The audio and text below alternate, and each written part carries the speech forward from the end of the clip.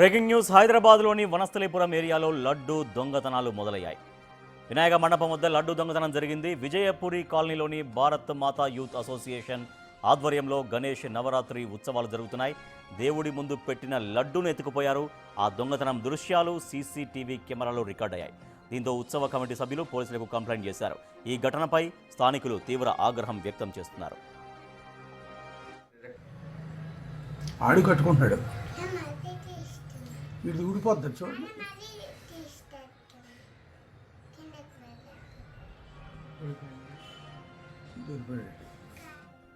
వనస్థలీపురం ఏరియాలో లడ్డు దొంగతనాలు మొదలయ్యాయి.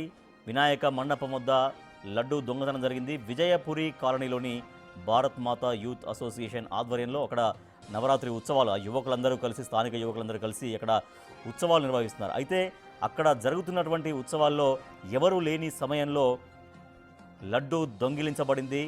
దేవుడి ముందు పెట్టిన లడ్డూని ఎత్తుకుపోయారు. ఆ దొంగతనం చేస్తున్న దృశ్యాలు సీసీటీవీ కెమెరాల్లో రికార్డ్ అయ్యాయి. మనం చూడొచ్చు విజువల్స్ బిగ్ టీవీ స్క్రీన్ పైన మనం చూస్తున్నాం. ఆ బ్యాచ్ వాళ్ళందరూ వచ్చినటువంటి వాళ్ళంతా అక్కడ ఎవరు లేని సమయంలో ఒకరు వెళ్ళి లోపల ఒకరు బయట ఒకరు ఉన్నట్టున్నారు. ఐ థింక్ సో వాళ్ళు లడ్డు దొంగతనానికి పాల్పడి వాళ్ళ కంచి తీసుకెళ్తున్నటువంటి విజువల్స్ మనం చూస్తున్నాం. దీంతో ఉత్సవ కమిటీ సభ్యులు పోలీసులకు కంప్లైంట్ చేశారు. ఈ ఘటనపైన స్థానికులు తీవ్ర ఆగ్రహం వ్యక్తం చేస్తున్నారు.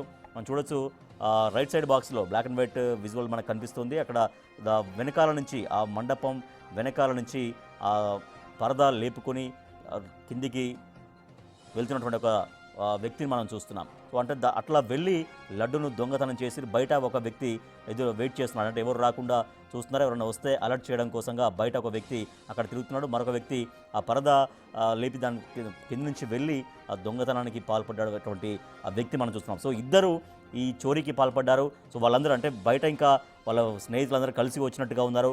అందరూ కలిసి ఒక 5-6 కలిసి లడ్డు దొంగిలించిన తర్వాత మళ్ళీ ఆ లడ్డు పట్టుకొని వెళ్తున్నటువంటి విజువల్స్ కూడా మనం చూస్తున్నాం. సో వనస్థలీపురం పోలీస్ స్టేషన్ పరిధిలో ఈ దొంగతనం ఘటన జరిగింది.